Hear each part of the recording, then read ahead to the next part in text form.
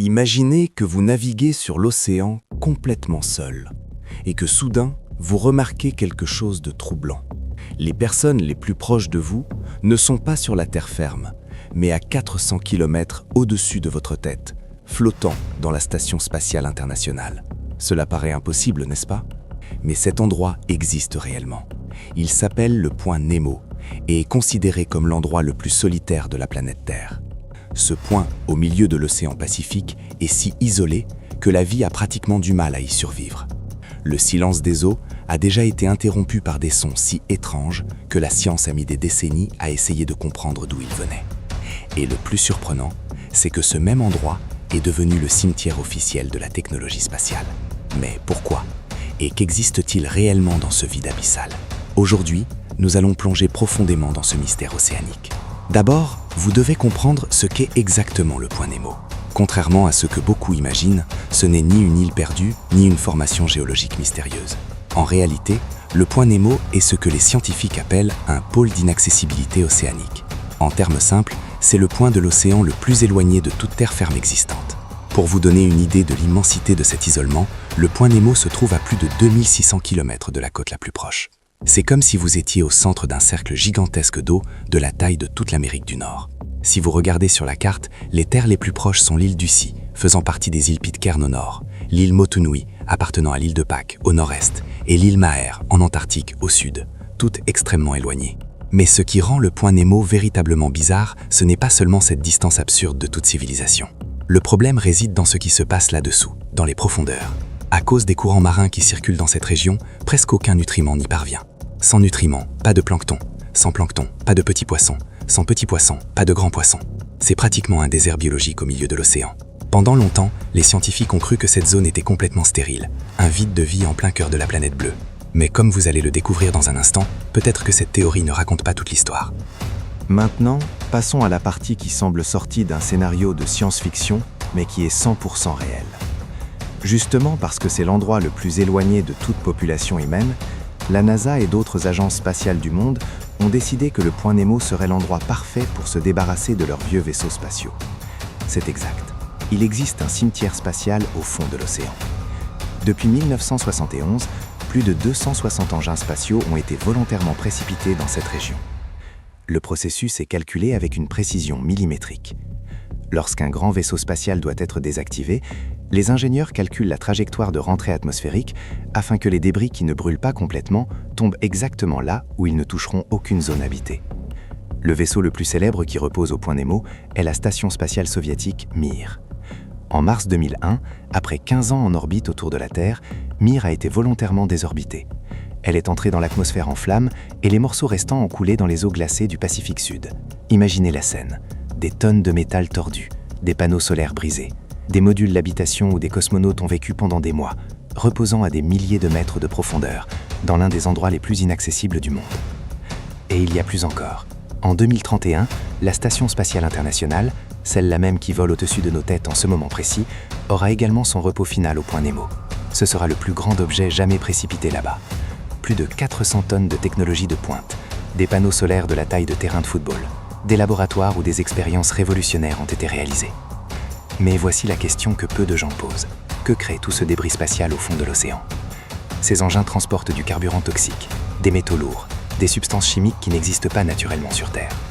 Tout cela se trouve là-dessous, dans un endroit que personne ne peut surveiller de près. Aucun sous-marin d'exploration ne s'y rend régulièrement. Aucune équipe de scientifiques ne peut étudier les effets à long terme de cette pollution spatiale. Sommes-nous en train de créer une zone de contamination qui affectera un jour les courants océaniques? Ou bien cette profondeur est-elle si isolée que rien de ce qui s'y passe ne peut nous atteindre? Personne ne le sait avec certitude.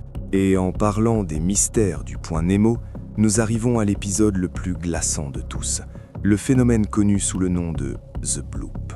En 1997, l'Agence américaine d'observation océanique et atmosphérique, la NOAA, surveillait les sons sous-marins dans l'océan Pacifique à l'aide d'un réseau d'hydrophones.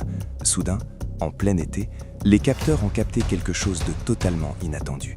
C'était un son à ultra basse fréquence, si puissant qu'il a été détecté par des capteurs éloignés de plus de 5000 km les uns des autres. Le signal augmentait rapidement en fréquence pendant environ 1 minute, puis disparaissait. Le plus perturbant, c'est que ce son provenait exactement de la région du point Nemo. Les scientifiques sont restés perplexes. Le profil de ce son était cohérent avec une origine biologique, mais il ne correspondait à aucun animal connu. Il était beaucoup plus fort et plus puissant que le chant de la baleine bleue, le plus grand animal ayant jamais existé sur la planète. Pour qu'un être vivant produise un tel son, il devrait être plusieurs fois plus grand que n'importe quelle baleine. Comme vous pouvez l'imaginer, Internet s'est enflammé. Des théories sur des monstres marins colossaux, des créatures préhistoriques cachées dans les fosses abyssales et même sur la légendaire cité de R'lyeh, imaginée par l'écrivain H.P. Lovecraft, ont commencé à circuler. Dans l'univers de Lovecraft, R'lyeh est une cité submergée où dort le monstrueux Cthulhu, précisément à des coordonnées proches du point Nemo. L'écrivain savait-il quelque chose? Pendant des années, ce mystère a alimenté l'imagination de millions de personnes. Ce n'est qu'en 2005 que la NOAA a publié une explication officielle. Le son ne provenait d'aucune créature vivante, mais de gigantesques tremblements de glace en Antarctique. Selon les scientifiques, lorsque des masses de glace de la taille de montagnes se fracturent et glissent dans l'océan, elles produisent des sons de basse fréquence capables de voyager sur des milliers de kilomètres sous l'eau. L'explication est rationnelle, scientifiquement solide, mais met-elle réellement fin au mystère? Certaines personnes qui étudient les anomalies acoustiques de cette région ont encore des doutes. Après tout, comment pouvons-nous être certains de ce qui existe dans les profondeurs les plus reculées de l'océan, un environnement que nous connaissons moins bien que la surface de la Lune? Maintenant, vous vous dites peut-être « Très bien, c'est un endroit isolé, plein de mystères. Mais pourquoi devrais-je m'en préoccuper ?» Voici la vérité dérangeante. Même en étant l'endroit le plus éloigné de la civilisation humaine, le point Nemo porte déjà les marques de notre présence. Lors d'expéditions scientifiques récentes, des chercheurs ont collecté des échantillons d'eau dans cette région et ont découvert quelque chose de choquant, des microplastiques. Oui, ces minuscules particules de plastique dégradées qui polluent tous les océans du monde sont également arrivées jusque-là. S'il y a des microplastiques au point Nemo, cela signifie une chose. Il n'existe plus aucun endroit véritablement intact sur la planète Terre. Et le problème ne s'arrête pas là. Vous vous souvenez de tous ces débris spatiaux que nous avons mentionnés? Les engins spatiaux transportent de l'hydrasium, un carburant hautement toxique. Ils contiennent des batteries avec des métaux lourds comme le nickel et le cadmium. Les panneaux solaires contiennent de l'arsenic et d'autres éléments dangereux. Tout cela se dégrade lentement au fond de l'océan. Personne n'étudie sérieusement ce qui se passe lorsque ces matériaux interagissent avec l'écosystème marin profond. Contaminent-ils les organismes vivants dans les fosses océaniques? Ces toxines peuvent-elles entrer dans la chaîne alimentaire et éventuellement atteindre les poissons que nous mangeons? Ce sont des questions sans réponse. Les recherches se poursuivent et les résultats le confirment. Cela devrait nous inquiéter. Le point Nemo nous enseigne une leçon importante. Peu importe l'immensité de notre planète, peu importe à quelle distance nous essayons de repousser nos déchets, tout est connecté. Les courants océaniques ne respectent pas les frontières. La vie marine migre. Ce que nous faisons dans un coin du monde peut avoir des conséquences de l'autre côté. Cet endroit solitaire et mystérieux est un miroir de notre relation avec la planète. D'un côté, il montre notre incroyable capacité à explorer et à comprendre même les coins les plus reculés de la Terre. De l'autre, il révèle notre tendance à traiter le monde comme une poubelle infinie, où nous pouvons jeter nos problèmes loin des regards. Ainsi, le point Nemo continue d'être l'un des endroits les plus fascinants et énigmatiques de notre planète. Un désert océanique, où les astronautes sont plus proches de vous que tout autre être humain. Un cimetière de rêves spatiaux, où les engins qui ont touché les étoiles trouvent leur fin silencieuse. Un lieu qui a déjà fait résonner des sons défiant notre compréhension de la vie marine. Et, ironiquement, un rappel que même les endroits les plus isolés n'échappent pas à l'influence humaine. Maintenant, je vous pose la question. Auriez-vous le courage de passer une nuit entière sur un bateau complètement seul, flottant au-dessus du point Nemo, sachant que vous êtes plus éloigné de tout autre être humain à la surface de la Terre que vous ne pourriez l'être ailleurs sur la planète? Réfléchissez-y. Juste vous, l'océan infini, et la certitude que si quelque chose tourne mal, personne ne peut arriver à temps pour vous sauver. Le point Nemo nous rappelle que la Terre cache encore des secrets profonds, littéralement. Et peut-être est-ce mieux ainsi. Peut-être avons-nous besoin d'endroits qui restent mystérieux, qui nous rappellent notre petitesse face à la nature. Merci d'avoir plongé avec nous dans ce voyage vers l'endroit le plus solitaire du monde. Le point Nemo nous rappelle que la Terre cache encore des secrets profonds, littéralement. Et peut-être est-ce mieux ainsi. Peut-être avons-nous besoin d'endroits qui restent mystérieux, qui nous rappellent notre petitesse face à la nature. Maintenant, je vous pose la question.